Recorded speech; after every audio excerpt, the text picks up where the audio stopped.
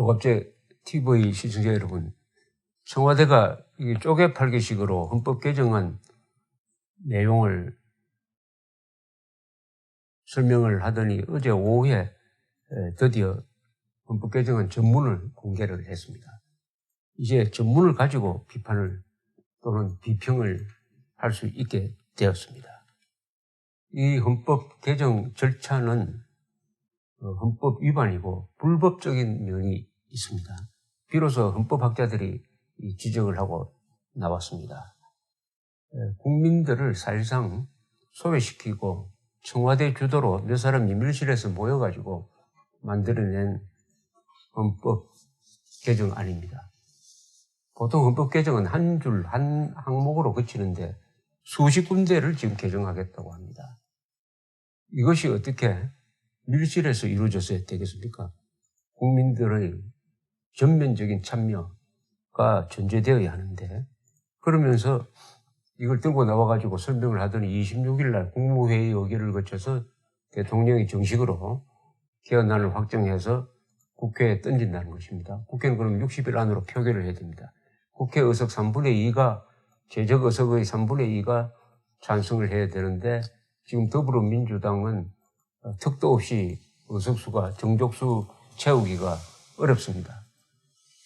20석 훨씬 넘게 야당의 협조를 받아야 됩니다. 자유한국당만 결심하면은 통과될 수가 없습니다. 벌써 언론이 되지도 않을 개헌을 해가지고 나라만 시끄럽게 한다. 그리고 지방선거에 이용하려고 한다. 이렇게 비판을 하고 있습니다. 그런 의도가 불순할 뿐만 아니라 절차가 불법적입니다. 그럼 이 개헌안은 사실은 폐기되어야 합니다. 원인 무효입니다. 적법 절차를 거치지 않는 법은 또는 수사는 원인 무효인 것처럼 헌법이 적법 절차를 거치지 않고 개정안이 만들어졌다는 것은 가공할 사태입니다. 그것을 전제로 하고 이제 개정안 전문을 놓고 상당히 심층적으로 한번 따져보겠습니다. 헌법 중에서 제일 중요한 게 전문입니다. 헌법 전문, 앞전자 전문입니다. 헌법 정신을 그리고 역사관을 대한민국이 나아갈 방향을 규정하는 이 전문은 나라가 바뀌지 않는 한 계속 유지되어야 합니다. 이게 자주 바뀌면 안 됩니다. 어느 나라도 헌법 전문을 바꾸는 나라는 없습니다, 사실은. 그 나라가 왕정에서 공화국으로 이렇게 체제가 바뀌면 뭐라도. 그런데 이번에 이걸 상당히 많이 바꾸었는데, 이 헌법 전문을 제가 한번 읽어보겠습니다. 유구한 역사와 전통에 빛나는 우리 대한국민은 3.1 운동으로 건립된 대한민국 임시정부의 법통과 불의에 항거한 4.19 혁명, 부마 민주항쟁과 5.18 민주화운동, 60 항쟁의 민주 이념을 계승하고 조국의 민주개혁과 평화통일의 사명을 바탕으로 정의 인도와 동포애로서 민족의 단계를 공고히 하고 모든 사회적 폐습과 불의를 타파하며 자치와 분권을 강화하고 자율과 조화를 바탕으로 자유민주적 기본 질서를 더욱 확고히 하여 정치, 경제, 사회, 문화의 모든 영역에서 개개인의 기별을 균등히 하고 능력을 최고도로 발휘하게 하며 자유와 권리에 따르는 책임과 의무를 완수하게 하여 안으로는 국민 생활의 균등한 향상과 지역 간 균형 발전을 도모하고 밖으로는 항구적인 세계 평화와 인류 공영에 이바지함으로써 자연과의 공존 속에서 우리들과 미래 세대의 안정과 자유와 행복을 영원히 확보할 것을 다짐하면서 1948년 7월 12일에 제정되고 9차에 걸쳐 개정된 헌법을 이제 국회의 의결을 거쳐 국민투표에 의하여 개정한다. 한 문장입니다. 이 숨 넘어갈 지경입니다. 이 문장을 여러 문장으로 잘라야 합니다. 이게 헌법 전문은 보통 명문입니다. 이것은 국민들이 외울 수 있어야 됩니다. 국민교육헌장, 1968년 국민교육헌장과 비교하면은 너무나 문장에서 떨어집니다. 헌법 전문이. 지금 개정하겠다고 내놓은 헌법 전문이. 3.1 운동으로 건립된 대한민국 임시정부의 법통과 불의에 항거한 뭐를 계승하고 이렇게 되어 있는데 여기에도 분명히 3.1 운동으로 건립된 대한민국 임시정부라고 했습니다. 3.1 운동으로 건립된 대한민국이라고 하지 않았습니다. 3.1 운동으로 건립된 대한민국 임시정부라고 못을 박았습니다. 그러면 1979년의 상해 임시정부 건립은 국가가 아님이 분명합니다. 건국이라고 할 수 없음이 분명합니다. 그런데 문재인 정부는 1919년 상해 임시정부 수립을 건국, 대한민국 건국으로 보겠다고 억지를 부리고 있습니다. 그 다음에 여기 나열한 민주 이념을 대표하는 상징적 사건으로 4개를 이야기했습니다. 4.19 혁명, 부마 민주항쟁, 5.18 민주화운동, 60 항쟁의 민주 이념을 계승하고, 그러니까 민주 투쟁 과정에서 있었던 중요한 4개 사건을 나열을 했는데 민주 이념을 계승한다고 그랬습니다. 그럼 민주 이념을 옳게 계승하려면 이게 균형이 잡혀야 됩니다. 민주는 뭔지 아십니까? 국민이 주권이 되는 이념입니다.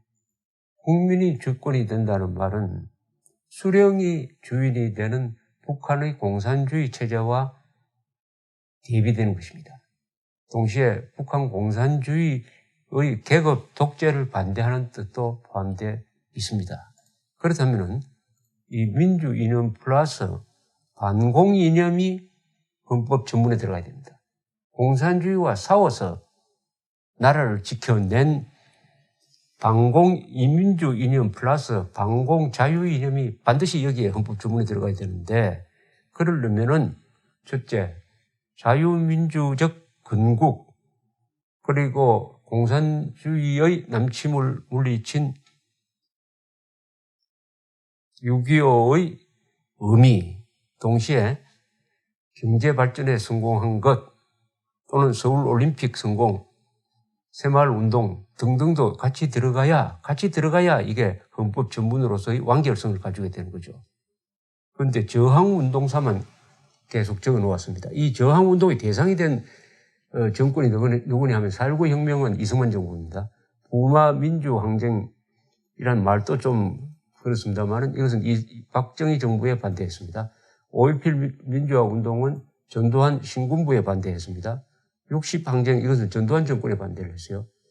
그러니까 이 민주 이념이 일종의 적으로 삼고 있는 게 이승만, 박정희, 전두환 정권입니다. 그런데 왜 김일성, 김정일, 김정은과 싸운 기록은 여기 없느냐 이겁니다.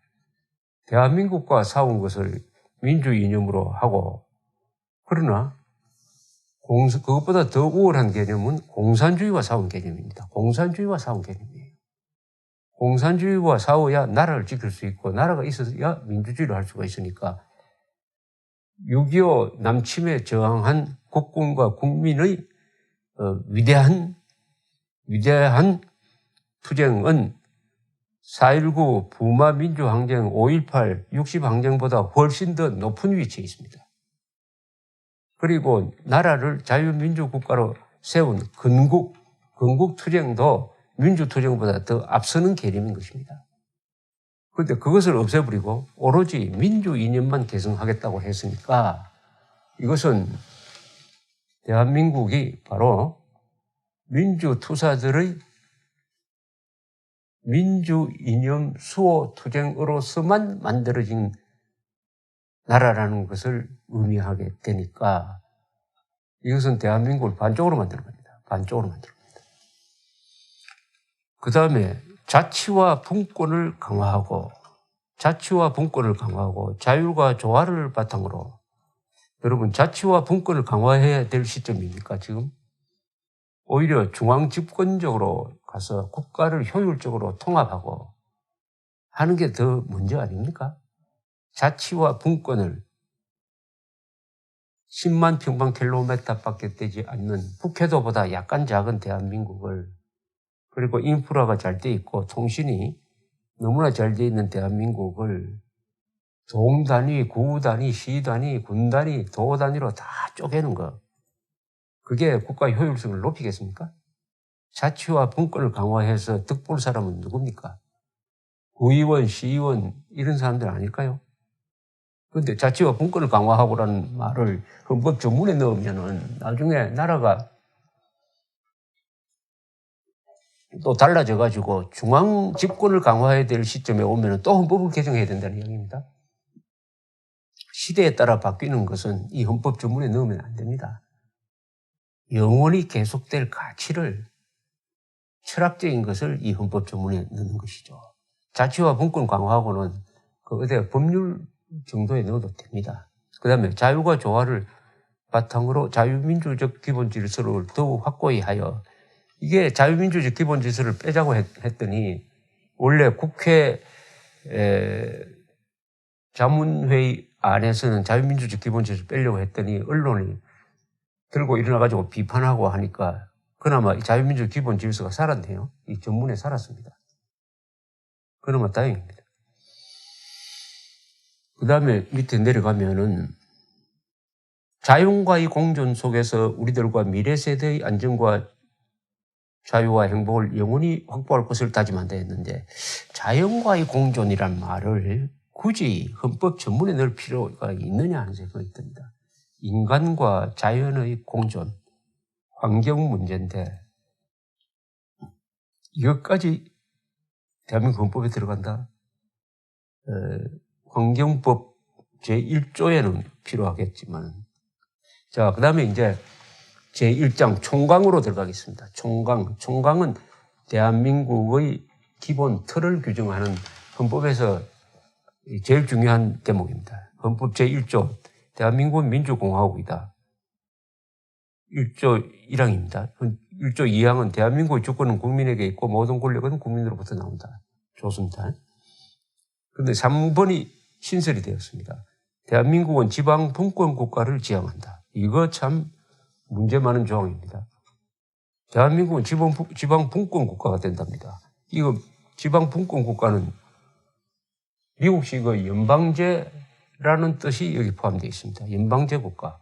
미국에서는 주 하나하나가 거의 독립국가와 같은 권한을 행사하는데, 지방 분권 국가, 지방 분권을 강화한다는 거하고 대한민국은 지방 분권 국가를 지향한다고 하고는 크게 틀립니다. 나중에 이 다른 헌법 조항에 보면은 지방 정부라는 표현이 나옵니다. 앞으로 그러면은 서울 지방 정부 되죠? 부산 지방 정부 되죠? 그러면 대한민국엔 정부가 몇 개나 됩니까? 10개가 넘습니다. 원래 정부는 국가를 의미하는 것이니까 하나여야 하는 것이죠. 그렇다면은 이 헌법 가지고 앞으로 여러 가지 해석이 나올 것입니다. 북한과 연방제 통일을 하자. 그래서 북한 지역을 북한 지역 정부라고 하고, 휴전선 남쪽은 남한 지역 정부라고 하자. 이렇게 되면 연방제 통일은 그게 공산주의를 지향하는 것이니까 현행헌법에서는 절대 불가능인데, 가능할 수도 있도록 만드는 게 이 지방 분권 국가라는 말이라고 봅니다. 더구나 광주에서는 어느 후보가 광주공화국을 선포하겠다 하는 것을 공약으로 내걸고 나왔습니다. 지방 분권 국가를 지향한다. 이것은 음모입니다.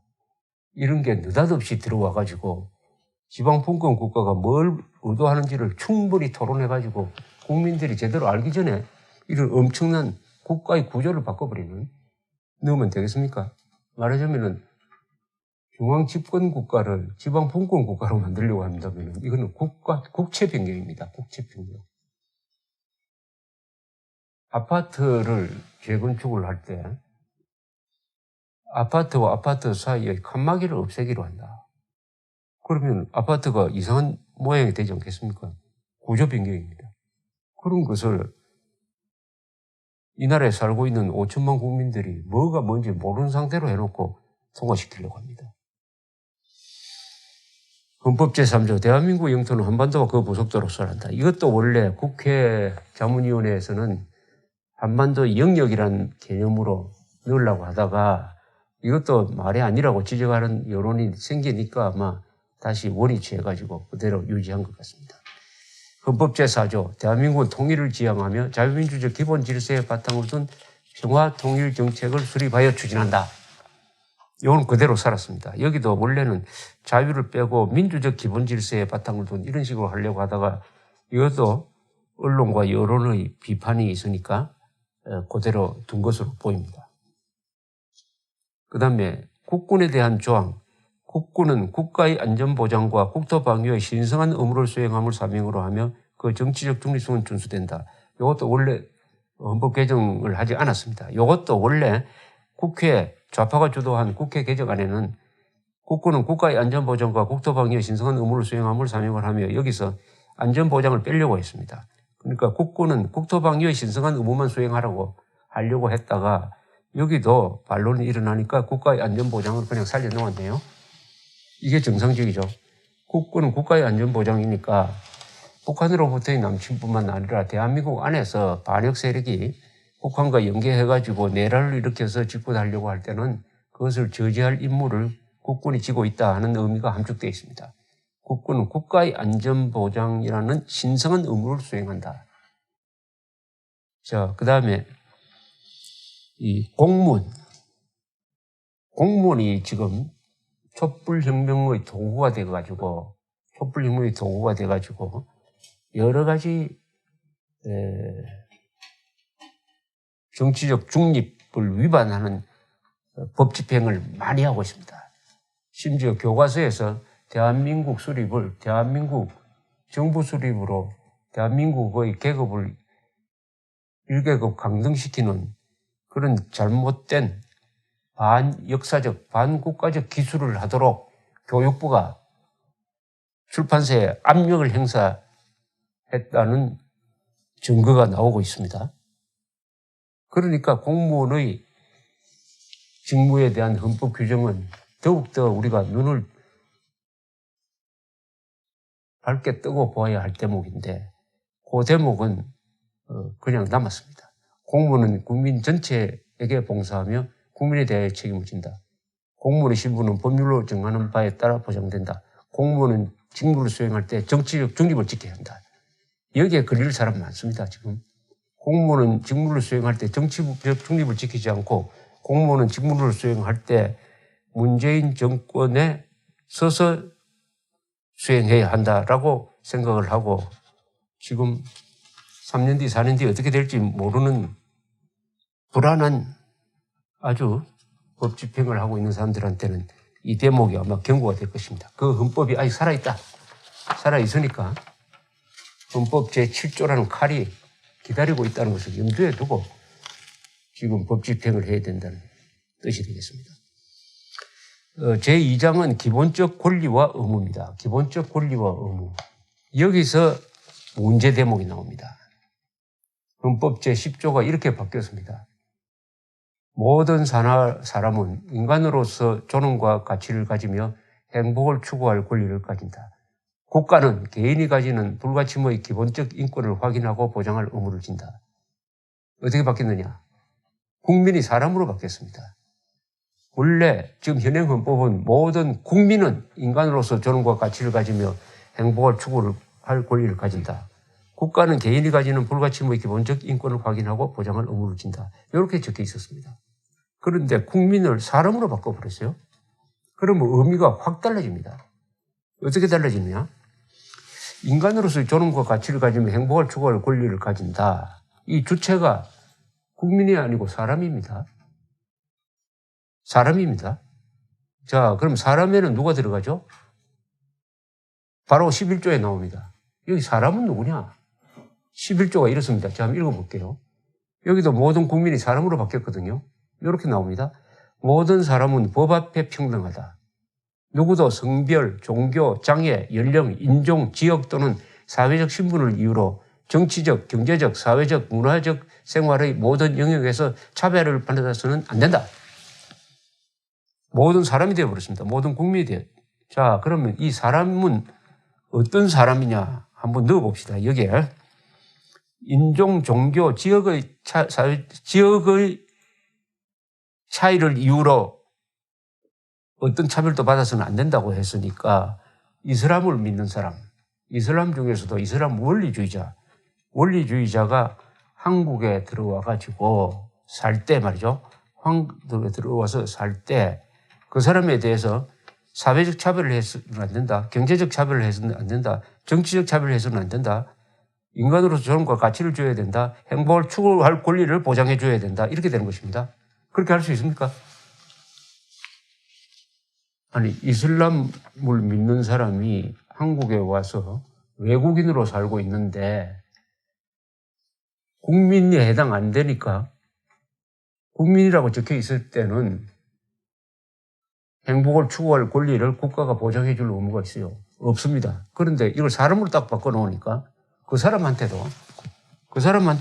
대한민국 정부는 앞으로 의료보험도 줘야 되고 국가적 혜택도 줘야 되고 국민 세금이 들어가는 모든 시설을 마음대로 이용할 수 있도록 해야 되고 그다음에 그 이슬람 사람이 와가지고 자기 종교적 성명하면서 IS에 가입하시오.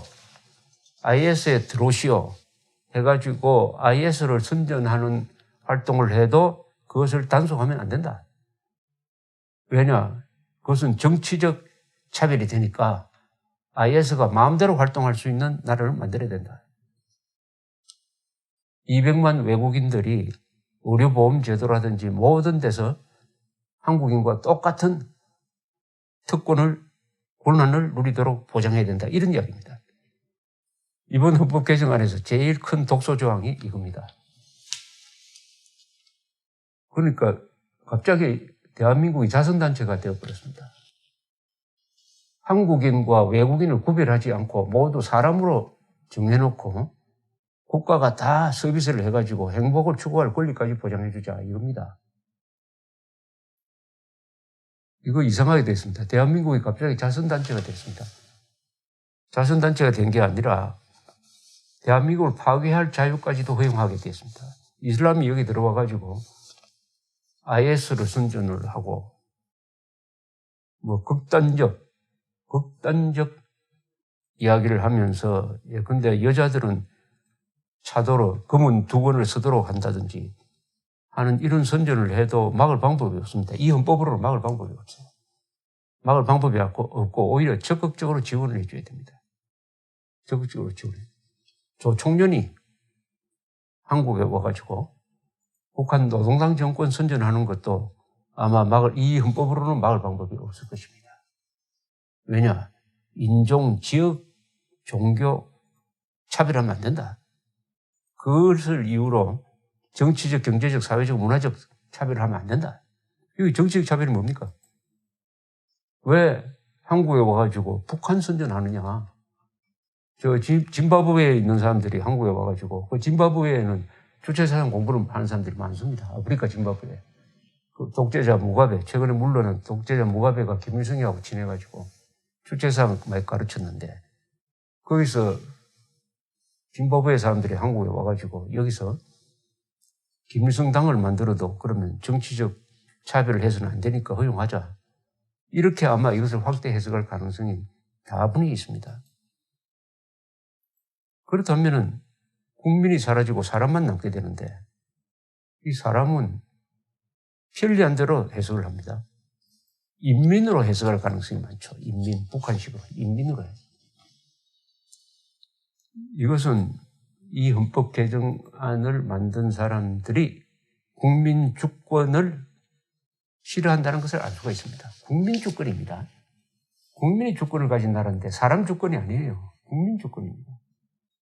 그리고 모든 사람은 이렇게 시작되는 것은 어디에 있어야 되느냐? 유엔 헌장에 있어야 돼요. 인권선언 같은 데는 있을 수 있죠. 그러나 이 헌법은 대한민국 국적자에 대한 의무와 권한을 규정하는 것인데 왜 사람을 집어넣습니까? 사람. 조금 있으면 이게 사람이 또 바뀌어가 모든 동물은 이래 나올지 모릅니다. 그러다면 사람이 개를 차별하면 안 된다. 뭐 이렇게 될지도 확대 해석할지도 모릅니다. 확대 해석할지도 몰라요. 이 좌파가 환경운동하면은 극단적으로 갑니다. 극단적으로. 앞으로는 대한민국은 개를 차별해서는 안 된다는 쪽으로까지 나올지도 모르겠습니다. 그 다음에 이게 하여튼 가장 큰 문제라는 것을 일단 지적하고 그 다음에 또 한번 보겠습니다.